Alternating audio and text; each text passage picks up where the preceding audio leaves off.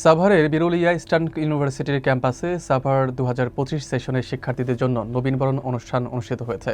নবাগত শিক্ষার্থীদের স্বাগত জানাতে আয়োজিত এই আয়োজনে বিশ্ববিদ্যালয় প্রশাসন, শিক্ষক, অভিভাবক ও অতিথিরা অংশ নেন।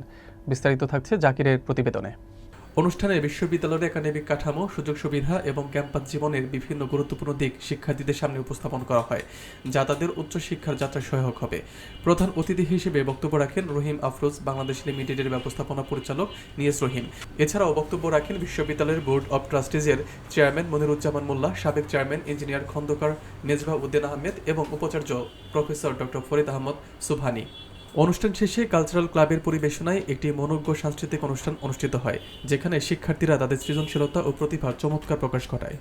নবীনবরণ অনুষ্ঠানে নবাগত ও বর্তমান শিক্ষার্থীদের পাশাপাশি শিক্ষক, কর্মকর্তা, কর্মচারী ও অনেক অভিভাবক উপস্থিত ছিলেন।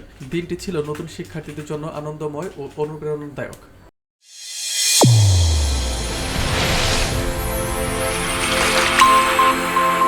চ্যানেল A1 হৃদয়ের স্পন্দন।